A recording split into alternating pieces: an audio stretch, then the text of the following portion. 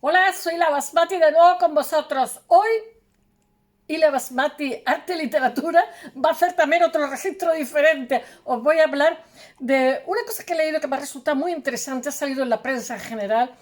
Y es un chico, resulta que hay investigadores médicos que tienen tomografía computerizada, que es que estudian las momias, pero no tanto como para saber rasgos del antiguo Egipto, que eso ya lo hacen otros, sino para investigar de qué morían, qué enfermedades tenían, etcétera, etcétera, ¿no? Y entonces había una momia en los almacenes del macro museo egipcio, porque el museo egipcio yo conocí el antiguo, el del Cairo, que era tenían las momias que, bueno, era una cosa exagerada, llegar hasta el techo, pero estaba que se está continuamente encontrando, o sea que tres cuartas partes todavía no han sido sacadas a frote. El hecho real es que una momia que fue hallada de un chico de la época ptolomeica, que es la época griega, de un chico con 15 años, entre 12 y 15 años, no sabes si tenía 12, 13, 14, 15, una cosa, un adolescente. Entonces, lo tenían allí y entonces pues decidieron estos investigadores pues ver por qué había muerto, qué enfermedades había tenido y tal, no con ansia de investigar otras cosas, ¿no? Y se encuentra por sorpresa que el chico tiene la lengua de oro, que eso se lo ponían porque los egipcios, ahora lo contaré un poquito, cuando morían, pues iban al más allá y entonces tenías que pasar un examen, como si fuera un examen, pero durísimo, ¿eh? Entonces la lengua de oro le permitía, el oro era la carne de los dioses, entonces en el momento que tú te ponías oro te aproximaba a ellos, te igualaba a ellos. Entonces cuando moría tu cuerpo no se podía corromper, porque si no, no vivirías. O sea, y si no pasaba el examen de los dioses, pues tampoco, nada, te anulaban y punto. Y si conseguías pasar ese examen, digamos, entrabas dentro de otra realidad paralela en la cual tú cultivabas, tenías también unos sirvientes, pero tú cultivabas tu campo, tú hacías tu pan, etcétera. Pero llevabas una vida en armonía, una vida eterna donde no existía ni la muerte ni la enfermedad. Entonces se trataba de llegar, digamos, hasta esa segunda vida, esa vida del más allá, ya fueras niño, ya fueras adulto, lo que sea. Entonces, cuando en la época ptolomeica, entonces se han encontrado con que, además de eso, este niño lleva 47, porque no deslían al hacer la tomografía computerizada, no deslían sino que la investigan por dentro, investigan pues, si tenía tumores, en fin.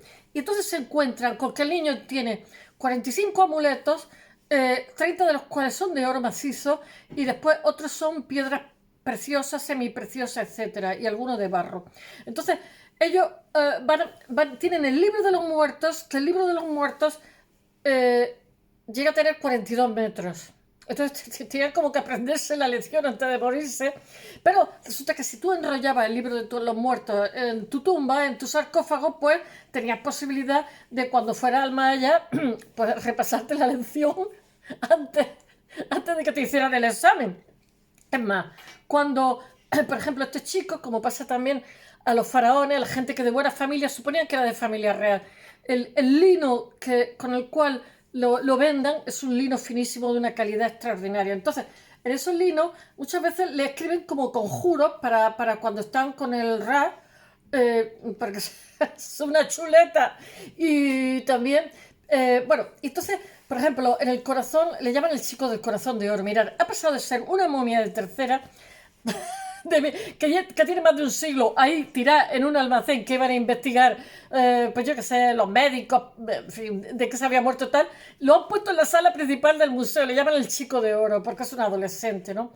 Lleva también una mascarita también de oro, de pan de oro, porque ya os he dicho, y suponen que es de familia noble, porque tiene un enterramiento caro. Lo que pasa es que los ptolomeicos, yo estoy en Egipto, y bueno, cualquiera está en Egipto, no sé, pero a nosotros en Europa pues no sale caro, no un viaje caro, es casi más caro ir a Madrid 15 días que ir a Egipto. Y entonces te das cuenta de los periodos que pasan, ¿no? Porque claro, son miles de años. Entonces los ptolomeicos son los griegos. Entonces, por ejemplo, el niño no está circuncidado, que eso los egipcios sí que circuncidaban a los bebés pues para evitar enfermedades, en fin, porque era una tradición. Y también que tenían su carácter médico. Y también, pues no se tienen determinadas características, pero quiero deciros que los ptolomeicos, lo que pasa es que son como, tienen un arte más burdo, y es como, por ejemplo, sabes perfectamente cuando ves un bajorrelieve ptolemaico, los egipcios, en las diferentes, digamos, etapas, faraones, pues hacen bajorrelieves que son muy sutiles. Sin embargo, los ptolomeicos hacen unos bajorrelieves como muy hundidos, muy vastos. No sé cómo decir, son menos sutiles. Y entonces yo creo que este chaval, como era ptolomeico y tal, y como ellos consideran que los ptolomeicos, aparte que es mucho menos antiguo, porque es como los ptolomeicos son coetáneos de Alejandro Magno, en fin, ya están pegando con el nacimiento de Cristo, o sea, son como 300 años antes del nacimiento de Cristo, no son 2000 o 4000 años, en fin, pues como que en fin, su proceso de momificación es más burdo que los anteriores, sus obras son menos refinadas, en fin. Y por eso este pobre niño que lo descubrieron en 1916, pues estaba allí en la bodega sin hacer nada. Entonces, voy a ver si os cuento un poquitito. El niño lleva un escarabajo de oro en el corazón, en forma de corazón, que lo protegía. Os voy a contar un poquitín lo que es el proceso. Ahora os contaré el niño, pero os voy a contar un poquitín el proceso del libro de los muertos, que es un proceso importantísimo en el cual, digamos, en el inframundo, de los diferentes pasos que se van dando, pues por ejemplo, vosotros conoceréis mejor cuando pesan con el ala de avestruz con tu corazón, ¿no? Para saber si has sido malvado. También un laberinto que tiene 7 puertas, otros dicen que tienen 21, en las cuales te van preguntando una serie de cosas. O sea, hay todo un proceso que es todo muy poético. Entonces el libro de los muertos lo que te da es como la clave para poder salir airoso de todo ese examen y que puedas tener luego una vida eterna, o sea, en otra vida, en otro mundo paralelo y que vivas feliz en armonía. Bueno, voy a ver si lo cuento. Dice el libro de los muertos. La Biblia le copió mucho al libro de los muertos, lo he dicho muchas veces. El libro de los muertos era muy caro, por eso hace pocos días se ha encontrado 16 metros de libro de los muertos en una tumba. Y por ejemplo, un agricultor, el libro de los muertos costaba una pieza de plata que era como medio año, 6 meses de trabajo de un agricultor, o sea, era caro, ¿eh? Bueno, pero muchos ahorraban y lo tenían. Dice el libro de los muertos. Es para que entendáis cuando se explique el nene las cosas, los amuletos que llevan. Os explico el libro de los muertos y así cuando os cuente los amuletos lo entendéis. Dice, he abierto, es que es precioso, muy poético, he abierto los caminos que están en el cielo y en la tierra, porque soy el bien amado de mi padre Osiris, soy noble, eso es lo que dice cuando pasa al otro mundo, te dice, a ver si le caes bien a los dioses, porque tienes como un jurado que te examina, un examen oral. Esto parece una oposición, ¿sabes? Dice, soy noble, soy un espíritu, estoy bien pertrechado. Oh vosotros, todos los dioses y todos los espíritus, preparad el camino para mí.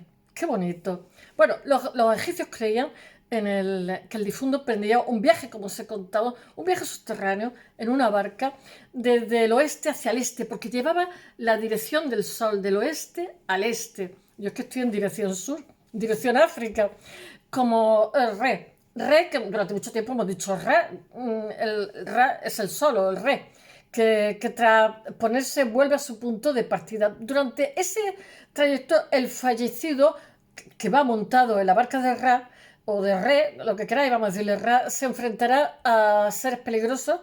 Hay una serpiente, ya me acuerdo, y todo esto lo he puesto en el blog, que intentará impedir su salida por el este y su renacimiento. Porque todo este proceso del inframundo, si lo pasas bien, con todos los obstáculos, renace. El peor de ellos es Apophis, que es una serpiente que está siempre, es uno de los obstáculos que siempre se pasa, que trata de impedir el avance de la barca solar con el objeto de romper el Ma'at, la justicia y el orden y cósmico, y forzar el caos. Apophis cada día le hace la vida imposible a los que van en la barca. Me suena a Caronte. Apophis cada día, yo pienso que todos los que han venido después han hecho Caronte y la laguna Estigia, que me la sé casi de memoria, ¿no? Han hecho, pues, en fin, han copiado un poquito, ¿no? Han tomado idea. Cada día amenaza a Ra durante su viaje subterráneo. Bueno, hay una fórmula del libro, pero el libro está lleno de conjuros que si la cosa se pone fea, te ponen aquí conjuros con las bandas que están. El libro de los muertos, que se refiere al encuentro con la serpiente, dice que sea sumergido en el lago de Nun, en el lugar establecido por tu padre para tu destrucción, retrocede, todo eso tiene que decirle el alma, se destroza tu veneno. Bueno, el fallecido podía adquirir propiedades de varias divinidades y luchar contra los enemigos, como muestra un pasaje del 179. Todo estoy leyendo el libro de los muertos, ¿eh? Ahora os contaré por qué. Me ha sido concebida la gran corona roja y salgo al día contra mi enemigo para capturarlo, porque tengo poder sobre él. Me comeré el gran campo sobre el altar de Badiet, porque tengo poder sobre él como Sekhmet, la grande. Oh, tenían ahí el firmamento. Bueno, finalmente, luego os contaré de Tutankamón. Finalmente, el difunto llega a un laberinto que uno dice que son 7 puertas, otro dice que son 21, no se ponen de acuerdo los investigadores. Posiblemente en una etapa de faraones dijeran que eran 7, en otra 21, no lo sabemos. Bueno, y ante cada una de ellas, el difunto tiene que pronunciar un texto determinado. Es que tienen que estudiar mucho para morirse. Y no me quiero reír mencionando el nombre de la puerta y del guardián y del pregonero. En cada ocasión, la puerta, por eso tenía el libro de los muertos, porque tenían que casi que hacer una oposición. La puerta le decía, pasa, pues eres puro. Una vez tenía que ir con muchísima humildad y les ponían, por ejemplo, este nene que os voy a contar ahora llevaba unas sandalias blancas porque eso significaba humildad y pureza. El difunto va a andar con esas sandalitas blancas que le van a preservar de muchos obstáculos. Bueno, una vez que lograbas superar ¿cómo se llama? El laberinto, el difunto llegaba a la sala de la doble verdad, para que un tribunal formado por 42 jueces y presidido por Osiris evaluara su vida ante los dioses. Hacía la confesión negativa, en la que citaba todas las malas acciones que había hecho durante su vida. Madre mía, habrá gente que tendrá muchas. Que no. Y bueno, eso se recoge en otra fórmula que dice: yo os conozco, señores, de verdad y justicia, yo os traigo lo justo. Entonces eso tenía que decirlo el difunto. Y he acabado con el mal. Yo no he hecho daño a los hombres, yo no he oprimido a mis consanguíneos, será mis parientes, ¿no? Yo no he sido mentiroso en lugar de ser verídico, yo no me he enterado de traiciones, yo no he sido malvado como jefe de hombres, yo no he hecho trabajar a ninguno cada día más de lo que tocaba. Bueno, y después de esa confesión llegaba el momento más importante, que era el ala, que era el del juicio, el cual se ponía, a pesar, era una balanza y se ponía en un lado el corazón y en el otro el ala del avestruz. Y como pesara más el corazón que el ala, lo tenías claro. Eran como dos platos de la balanza sostenida por Anubis, que es el dios chacal de la momificación. Por ejemplo, Tutankamón llevaba, ¿cómo se llama? Buitres y serpientes para que lo protegieran en la muerte. Os tengo que hablar un día de Tutankamón, porque realmente tenía me parece que tenía cuatro sarcófagos, el último de oro, tenía una máscara de oro, y su padre, su abuelo había sido Amenhotep, siempre se casaban con las hermanas, pero Amenhotep se casó con Tui, que es que estuve leyendo un libro sobre ellos. Tui no pertenecía a familia noble y tuvo hijos con ellos, pero tuvo a Kenatón. Akenatón se casó, no se casó, sino su primera esposa era su hermana, para que la sangre fuera pura. Y entonces el hijo de Akenatón y su hermana también tuvo hijos con sus hijas. El hijo de Akenatón fue Tutankamón, que murió adolescente. Tutankamón, a su vez, estaba casado con su hermana. Uf, madre mía, qué consanguinidad. Pero no todos tuvieron consanguinidad, ¿eh? No está claro porque muchas veces lo que pasa es que tenían concubinas, tenían muchas esposas, etcétera. Y muchas veces se casaban por alianzas políticas, pero ni llegaban a consumar el matrimonio, vivían como... Eran muy respetuosos con las mujeres, muy, muy respetuosos. Tenían como generet, que era como una casa donde estaban las mujeres, que eran las parientes del faraón. Entonces, pues estaban los niños, pero no es como en los harenes que se envenenaban mucho los niños y tal, no. Eran más pacíficas esas casas, pero todos tenían que ver con el faraón. O eran esposas, o eran concubinas, o tal, pero vivían en armonía. Y algún día os contaré de Tutankamón. O sea, Howard Carter dice que, madre mía, que jamás hubieran soñado con ver lo que vieron, ese ajuar de oro, esa máscara de oro, excepcional. Bueno, voy a contaros este. En el momento de la momificación se colocaba como he dicho, una pluma de avestruz, que era la pluma del Maat, que simbolizaba la justicia, y en el otro lado el corazón del difunto. Y como pesara más el corazón del difunto, entonces sí que hasta luego, Luca. Eh, ya, ya se moría, ya no tenía remedio. Que simbolizaba las acciones realizadas por cada persona. El difunto se salvaba cuando la pluma y el corazón estaban a igual nivel, se quedaban en equilibrio. Hay algunos que tendrán ahí tantas cosas malas que... Bueno, tanta importancia se atribuye al peso del corazón que los egipcios elaboraron un amuleto específico que era un escarabajo que se ponía en el corazón para que te protegiera. Y el niño del que estoy hablando hoy, que iban a ver de qué enfermedades se habían muerto y se han encontrado montones de amuletos, lleva un amuleto que es un escarabajo que está protegiendo el corazón. Por eso quería contaros. Y como su nombre indica, se colocaba sobre el corazón del difunto durante el proceso de momificación. En el reverso del amuleto se escribía siempre una fórmula, la fórmula 30 del libro de los muertos, para que en el momento del juicio final el corazón no traicionara al difunto. Y dice así: oh mi corazón de mi madre, oh mi corazón por el cual, eso llevaba escrito detrás la fórmula, el conjuro, oh mi corazón por el cual existo en la tierra, no te levantes contra mí como testigo, no te opongas contra mí entre los jueces, no estés contra mí delante de los dioses, no seas intransigente contra mí delante del gran Dios Señor de Occidente. Bonito. Todo es un conjuro. Bueno, finalmente los dioses pues aprobaban, suspendían, bueno, proclamaban su veredicto. Aquellos cuyos corazones hubieran pesado demasiado en la balanza eran considerados impuros, por lo tanto no merecían tener una segunda oportunidad. Y bueno, eran condenados a toda clase de castigos, sufrían hambre, sed perpetua, eran quemados al atravesar un lago o cocidos en un caldero. Una bestia salvaje se los comía, en fin. Siempre me están llamando. Estoy haciendo el canal. En cambio, los que tenían motivo para felicitarse, los que pasaban la prueba, dice: aunque yazco en la tierra, no estoy muerto en el occidente, porque soy un espíritu glorificado para toda la eternidad. Os estoy contando el libro de los muertos. Es una de las fórmulas. O sea, había esperanza porque había un más allá.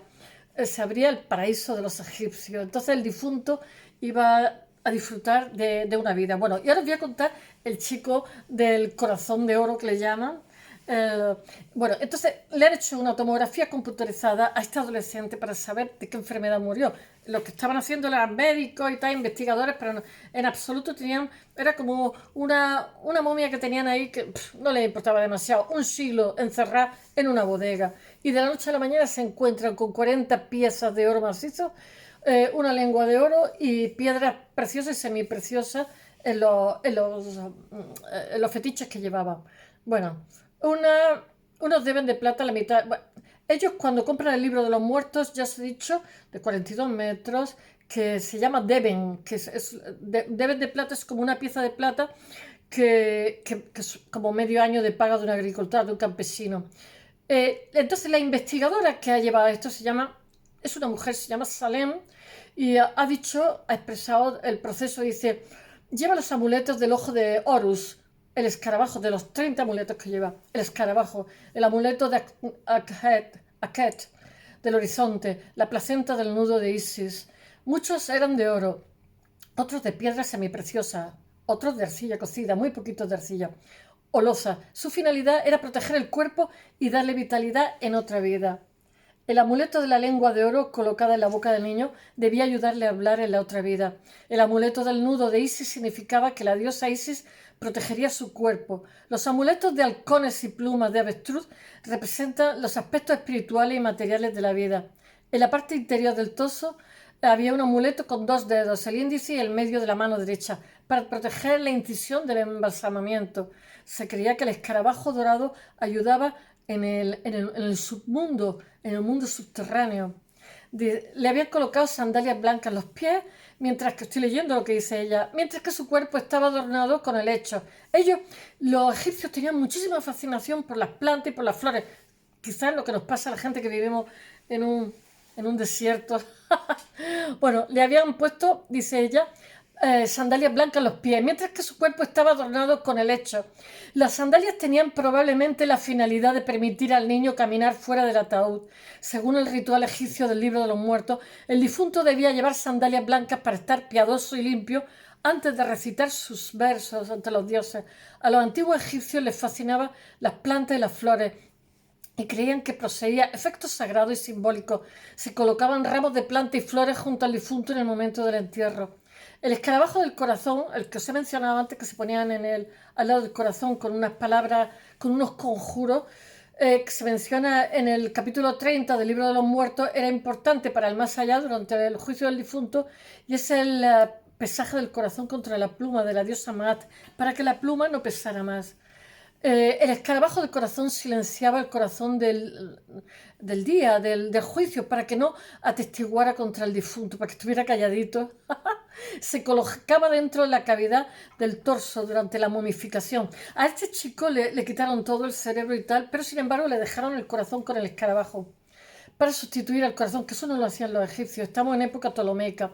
Durante una momificación, para sustituir al corazón si el cuerpo se quedaba sin este órgano. Bueno, como os he dicho, una momia olvidada durante más de 100 años en los sótanos del antiguo Museo Egipcio del Cairo ha sido examinada y ha pasado, digamos, a primera línea. La han puesto en los lugares más importantes del actual museo que fue inaugurado y es espectacular. Y la han llamado el Chico de Oro porque no saben su nombre. Entre sus ventajas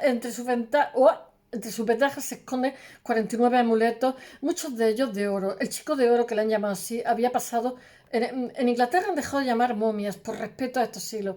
Ha pasado más de un siglo olvidado en los sótanos del Museo del Cairo, del Egipcio del Cairo. Su sarcófago fue descubierto en 1916 y pertenecía a la época ptolomeica, con lo cual artísticamente pues dejaba que desear, por eso quizás no le habían tocado. Lo encontraron en un cementerio de la época ptolomeica, Nal el-Hassai, en el sur de Egipto, y acabó en los almacenes del museo, sin nombre, no tiene nombre, hasta ahora, cuando un escarne ha revelado el tesoro que lleva en su cuerpo, bajo sus vendajes, nada menos que 49 amuletos, 30 de los cuales son de oro macizo. Esto le ha valido y puro, sin mezclar con nada. Esto le ha valido el apodo del Chico de Oro, puesto que aún se desconoce su identidad. Se supone que fue de familia real, porque tiene un enterramiento muy caro. Ha sido como un billete a la sala principal de exposiciones del museo. La momia, a la que lo he sacado de diferentes fuentes, del National Geographic, del Pueblo, diferentes fuentes.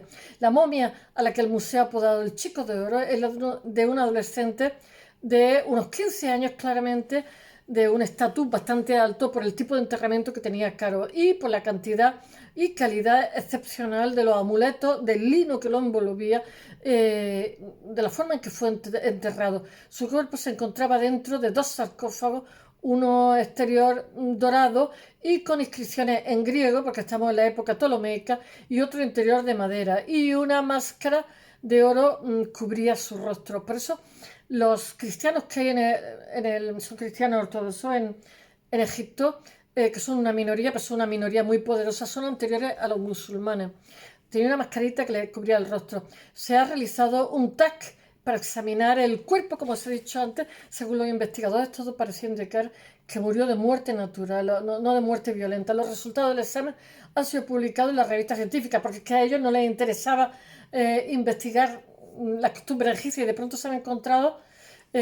Ha sido publicada en Fronteras de la Medicina, pero es una publicación francesa. Pero lo más sorprendente de la momia, sin lugar a dudas, los 49 fetiches amuletos que contienen, 30 de los cuales son de oro puro y otros son piedras semipreciosas y unos pocos de materiales más sencillos, como la arcilla cocida a la loza, pero muy poco. Algunas partes del cuerpo incluso habían sido sustituidas por piezas de oro, como por ejemplo la lengua, para que pudiera hablar en el más allá. El oro es un material sagrado para los egipcios porque no se corrompe, asegurando así que el individuo gozaría de la protección de los amuletos durante su sueño eterno, durante toda la eternidad, y porque creían que este material era la carne de los dioses. Cada uno de estos amuletos tenía una función específica en el periplo por el que iba a pasar, que os he contado, por el inframundo en el que el difunto debía afrontar para salir a la luz, es decir, para lograr la vida eterna. Así, por ejemplo, la lengua de oro aseguraba que iba a poder hablar con los dioses, que el difunto podría entenderse en la otra vida. Y si esta no se... Hace pocos días han encontrado varias tumbas y llevaban toda la lengua de oro. Y si este no se sustituía, una alternativa menos costosa era colocar una hoja de oro encima de la lengua real. También era muy importante colocar un escarabajo, en este caso en el corazón, pero también de oro encima del corazón, puesto que así el corazón callaría y no se delataría las cosas malas que había hecho en vida. Este amuleto impedía que el difunto pudiera hablar contra él mismo, revelando sus fallos, el corazón pudiera confesarse, porque llevaba un conjuro. Frente a Osiris. Bueno, y una de las razones por este descubrimiento de esta momia resulta tan importante es porque está intacta, lo cual permite apreciar cómo se enterraban a los difuntos durante la época ptolomeica y las creencias egipcias sobre el más allá durante este periodo que abarca desde la muerte de Alejandro Magno hasta la conquista egipcia, o sea, desde 320 hasta el 30 a.C., que es la época de los Ptolomeos, que es aproximadamente 3 siglos. Además de los amuletos, la momia también está acompañada por una guirnalda de lecho que os he dicho que la doctora Salen decía que era una costumbre de los antiguos egipcios que les fascinaban muchísimo las plantas, no necesariamente las flores y las plantas. Esta es la especialista que ha hecho el estudio, porque digamos, los médicos le han remitido. Esta es el radiólogo también y explica que los antiguos egipcios estaban fascinados por las plantas. Hay muy buenos médicos en Egipto, ¿eh? Las plantas y las flores, y creían que poseían efectos sagrados. Yo creo que todavía lo pensamos, y en Japón también, ¿eh? Y se colocaban ramos de plantas y flores junto al difunto durante el entierro, y también se le ofrecía durante las fiestas en las que los familiares acudían a visitar su tumba. Hoy se hace también.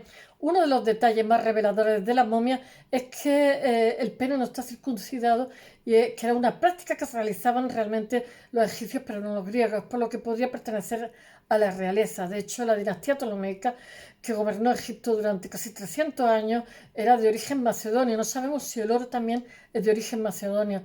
Y aunque adoptó ciertas costumbres egipcias de los faraones egipcios, en aspectos más personales eran más griegos, como la circuncisión y tal, mantuvieron las prácticas griegas. Y se puede observar también que la incisión para extraer el órgano se realizó en la ingle, que no se hacía con los egipcios.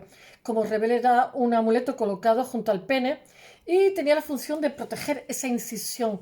La momia intacta ha permanecido olvidada durante más de un siglo, pues desde el 1916 en los almacenes, como os he dicho, del Cairo, donde fue rescatada para hacer este estudio, y ha sido examinada mediante tomografía, como os he dicho, por ordenador, lo que ha permitido revelar el esqueleto y los amuletos sin tener que manipularla físicamente. Aún no se conoce la identidad del chavalito, más allá del chico de oro que le llaman, que ahora la han expuesto, digamos, en primera línea en el... Pobrecito, después de estar 100 años ahí encerrado en la bodega. Desde el olvido ha saltado directamente a la fama en dirección al Museo Egipcio, que ha decidido trasladarlo a la sala principal de exposiciones.